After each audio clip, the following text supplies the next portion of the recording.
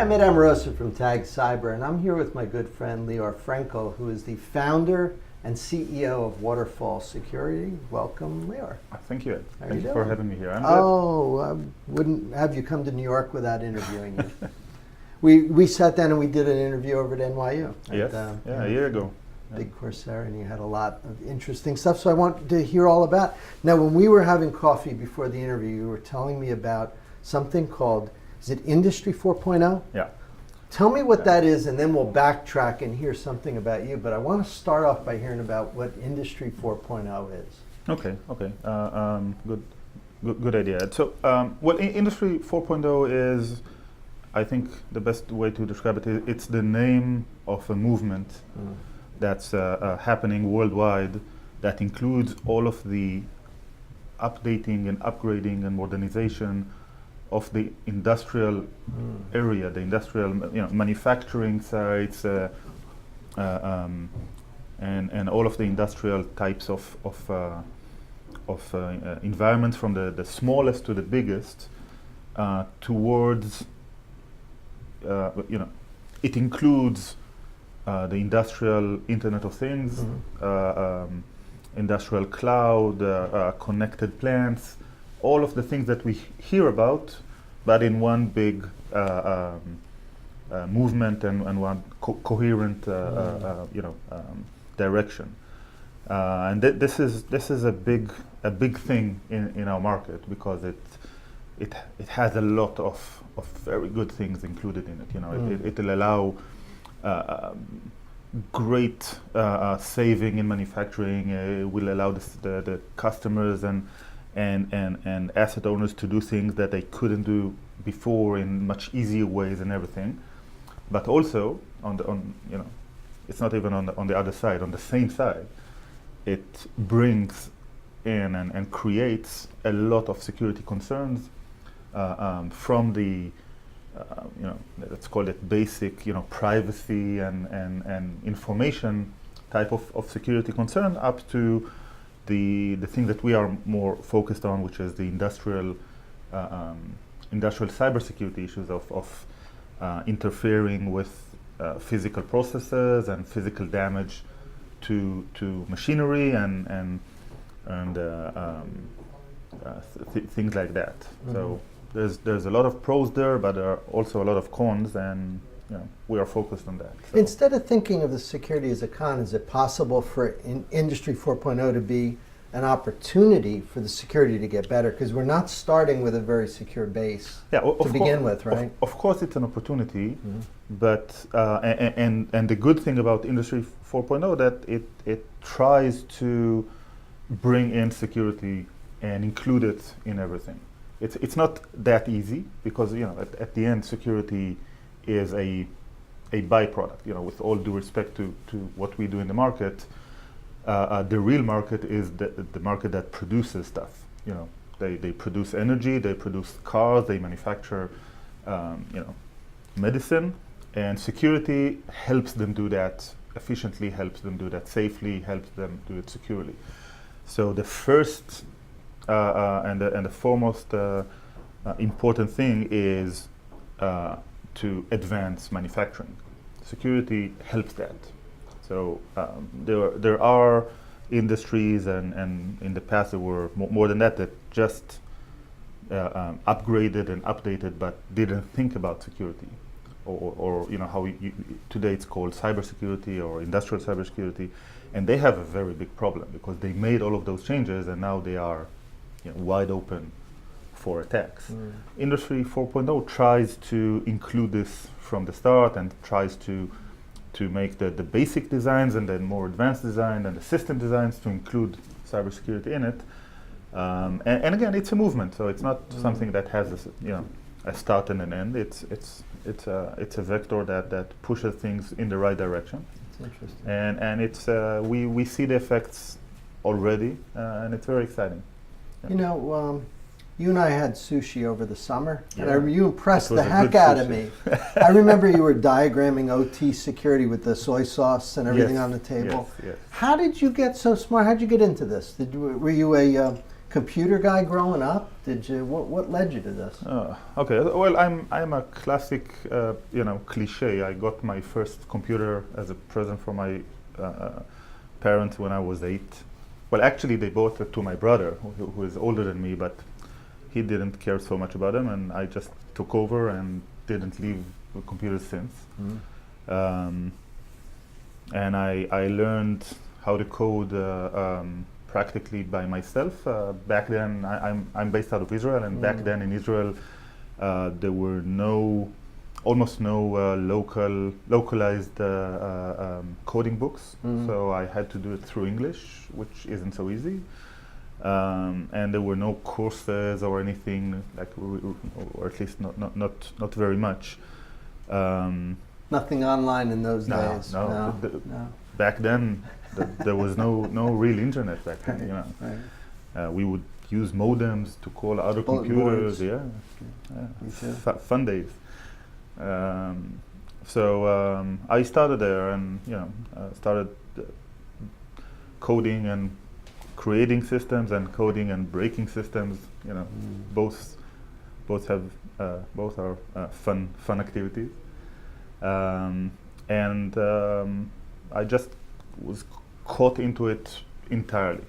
For me, writing something that afterwards somebody else uses and it helps him is the biggest high that I can get. It's crazy. Yes. And you get addicted. You do the first thing, and people use it. I think my first software that people used back then, I was 12 or 13. And you get addicted to this amazing rush of creating something, and then it's there and people use it. And I started getting paid for my hobby since I was 16 or 17. I finished high school. I was enlisted to the army. I was lucky enough to be able to do a different route than usual, so I got enlisted to the army, but went to learn in the university first before the service. And then I finished my degree, and I went to an amazing 6 years in service as an officer in the Israeli Air Force. Doing crazy stuff that naturally I can't say anything online, but cutting 6 edge. years is longer than the typical stay. Because of this system that this program that I was in. So you first go to the university and you become an officer, but you need to stay 6 years. But it was very good, being on the cutting edge of the technology, which is very practical, because the Air Force, as any other military organization, they don't really care about science or abstract things. They need tools they can use. Except to the degree that it feeds. I mean development. The end result is always this is the target, or this is what we need to get. Practical is the right word. So I was on the maybe the most non-practical side that they can use. We really did research and development, and most of the things we did ended up useless, because that's what you do. But those that were successful were huge success, and provided amazing tools and amazing capabilities that some of them are used until today.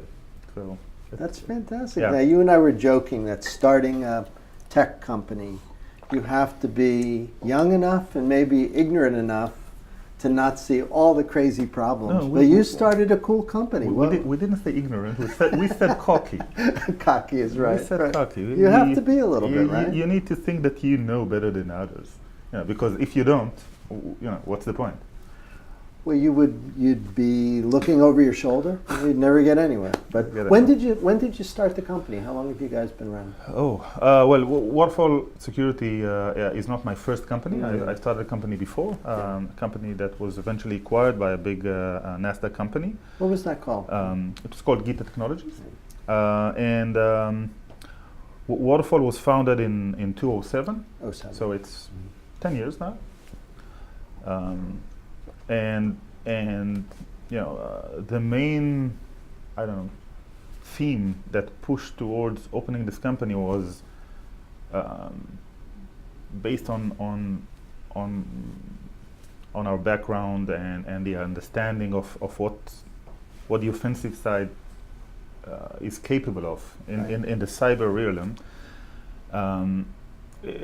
It struck us very, very strange that people are securing critical infrastructures, power plants and railway systems and big manufacturing plants, and securing them or in a way connecting them to the internet, where the main security that they use are firewalls, but firewalls don't protect you against against attacks on your infrastructure. They're open doors where they're open. Right? They're open doors when they're open. Right. They are software that can be hacked, and regardless of the industry, we hear and see on public disclosure and news and other publications attacks on infrastructures and attacks on companies and everything. Each and every one of these attacks passed through a firewall to get in. Yeah. So, it might be good enough protecting virtual assets like information in banks and other places where you can always have another copy of that data and you can hedge your loss with insurance. It's it might be good enough there, but when you're running a physical process, when you're controlling a train system,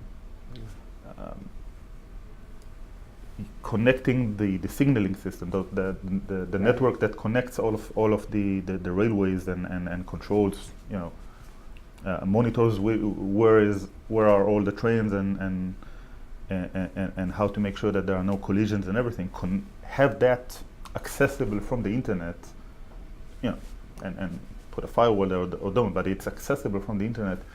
That doesn't make sense. Right.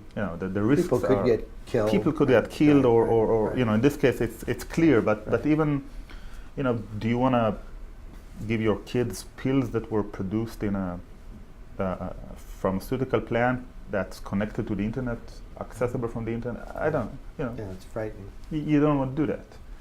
Right.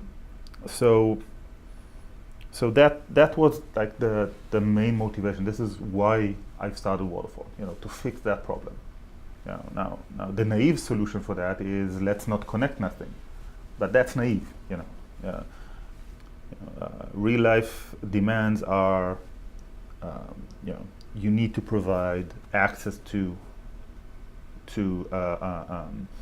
real-time data from your systems. Sure. Okay, a company, an oil and gas company running 40 or 50 offshore platforms, they need to know at headquarters what's going on. Telemetry. Yeah, telemetry. Right. Telemetry is one. They need to know production rates. They need to know what's going on. They need to know if there's any downtime. They need to get data from the machinery to make sure that they can do preemptive maintenance. Right. They need to know how much spares do they have so they can buy to hedge their future purchases of sure.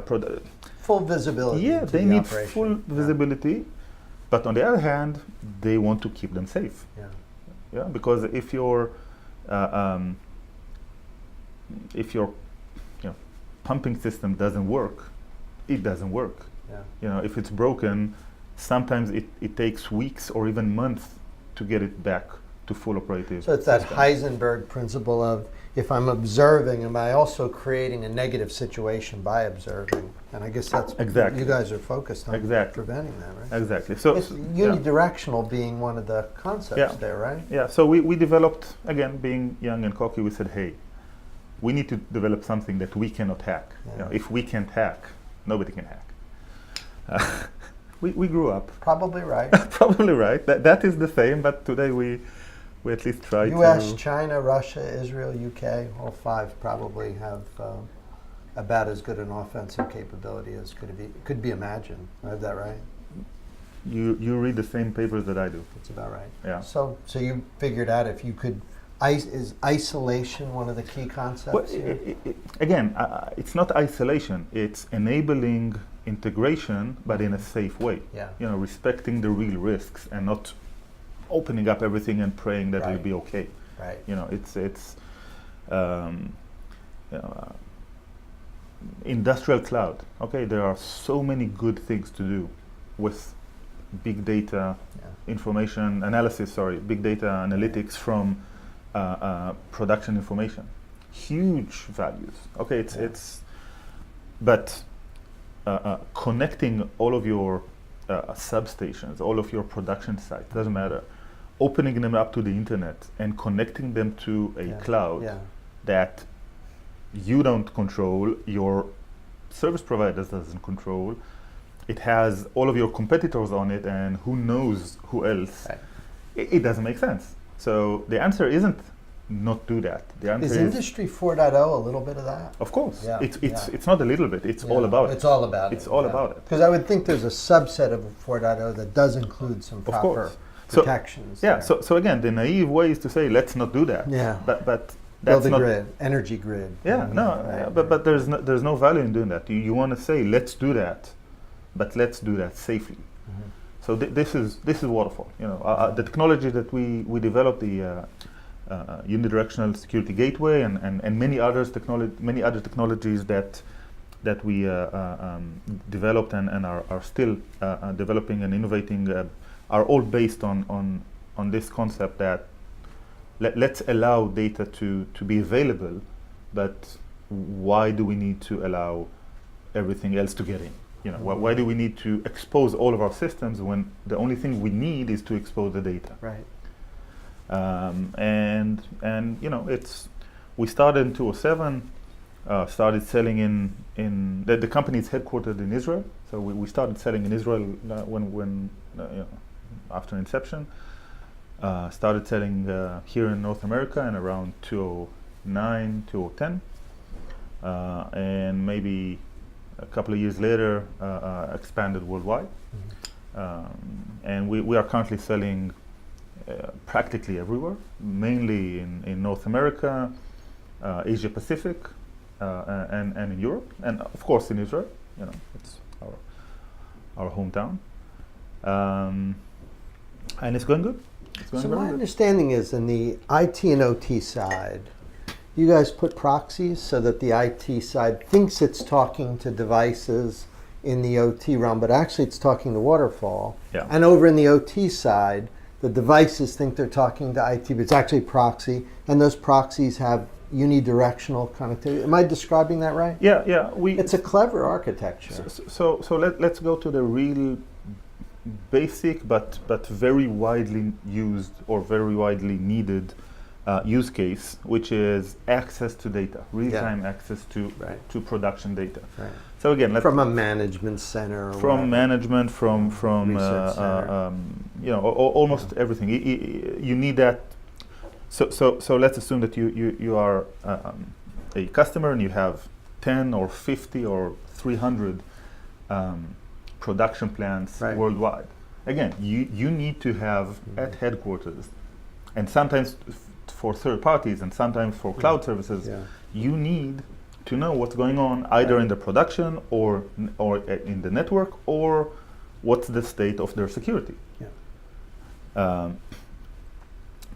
And the way you do it is, in most cases, you have systems that sends queries, asks servers and systems in each of your sites questions. Give me this data, I need that data, give me status, whatever. You get that data and you do whatever you need to do it. Now, doing it in real time, which is the basic requirement, doing it online, you have the naive way is connecting all the networks, putting firewalls, and allowing these queries to get in. Bidirectional, TCP/IP. Regular, everything is regular. And so headquarters is happy because they have the access and the data they need. But once you have a way in, for these queries, there is a way in. Right. And once there's a way in, good things can happen.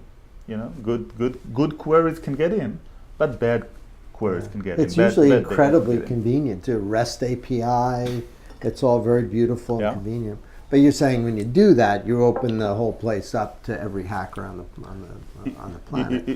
You have a say when there's a will, there's a way. Yeah. We say when there's a way, there's a will. Okay. If I can get into your production site, then somebody will get in. Right. Either because they are doing it to gather information, or they wanna interfere with your production, with your business, or sometimes it's even they're not even aware. They just get in it's because automation. You're there. You're there. You're accessible. We do ransomware. Let's get in and try. That's been my experience. That's the majority of cases. Yeah. Somebody hits you and they go, look what I found. And why do you want to put the industrial machinery producing cars that the bad guy can get in and tell you, pay me or I'll stop them, or pay me or some of your cars will be manufactured in a wrong way. So in that conventional case, you sit in the middle of that. So we sit at the same place you would put the firewalls at the plant side, the perimeter firewalls. ITOT gateway or something like that. It depends on the industry. They have different terms, but you have the production site. Right. In the naive way, you have a firewall there that connects to the internet. Right. Makes sense. So you take that away, you put our system instead. Could you do both? No. Get rid of the firewall. There's no point in doing it together.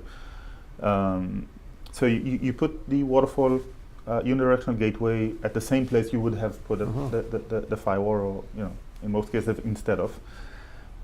And what our system does is on the internal side, on the production side, on the industrial network side, it connects to all of the systems that you told it to, those systems that you need access to the data they hold. It accesses them and fetches all of the data they have and all of the changes in real time, all the time. Okay, it queries it locally. Now, but we are inside the site, it doesn't matter, there's no security issue.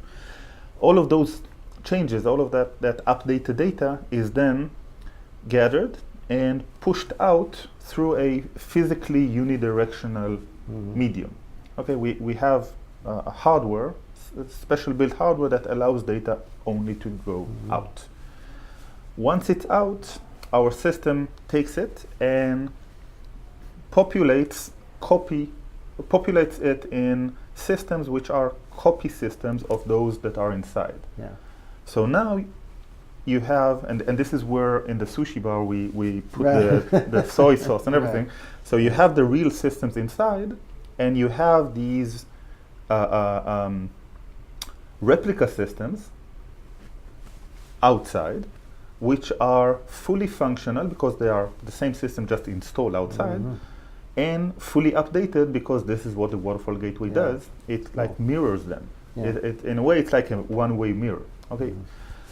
Now, headquarters or your cloud or a third party, when they need data, they send the same query over the internet. Everything is the same, but instead of getting to the site and getting into the site, they get to the site over the internet and they just query the external copies.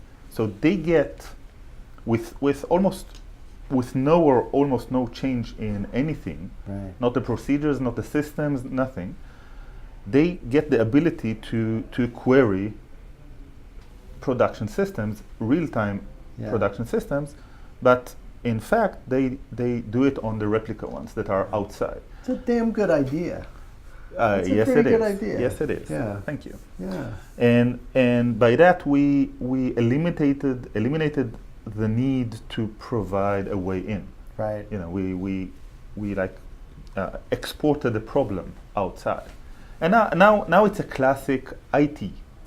Now it's a classic IT security issue. So you have data. How do you secure it? You had that issue before because all of your systems were exposed. That's right. And you wanted that data to go out. So you still need to protect the data. It still could be a disaster, but that's a different problem. But and again, it's an issue that you had with or without us. Right. But once you deploy the unidirectional gateways on your sites, nothing can get back in. You have all of what you wanted. Okay, you have full visibility. You can monitor your sites. You can query systems and get the answers. Everything is as you need, but nothing ever can get in from the internet and interfere with your systems.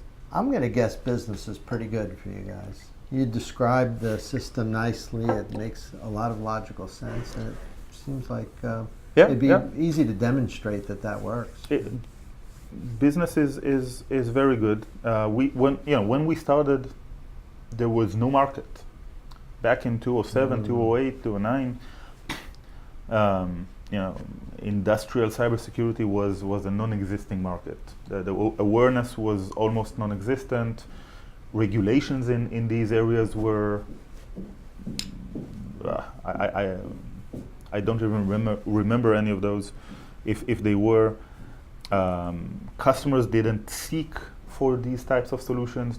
There was nothing, but we understood the problem because we came from the other side. Yeah. So we really understood and still understand the problem, and it took a lot of effort, a lot of time, a lot of how do you say that?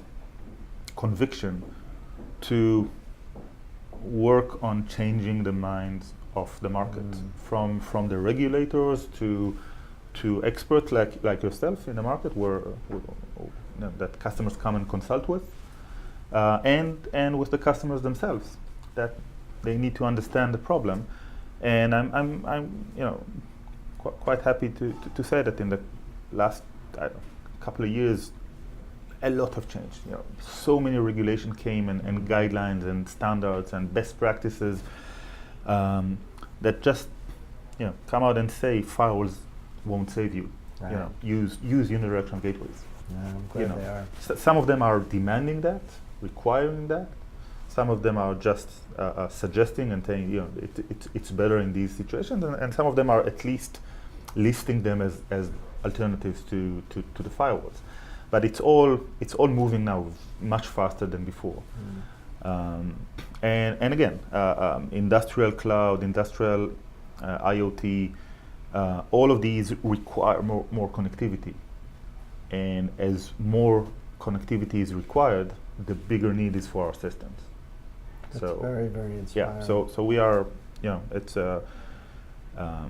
it was always fun, but now it's fun and growing even faster than before. Well, keep doing what you're doing. We rely on you and people like yourself to protect these systems and keep everybody safe. Yeah. Right? This is not about something inconsequential. These are significant and consequential things you work on. Yeah, so. Yeah, and it's part of Waterfall's DNA. We wake up in the morning and say, another system. Now the world is a bit more secure. It's one of the reasons people come to work for Waterfall is that. Well, that's great. Yeah. Well, thanks for coming and sharing. Sure. Thank you for coming to visit us in New York. Thank you. And we'll see you next time.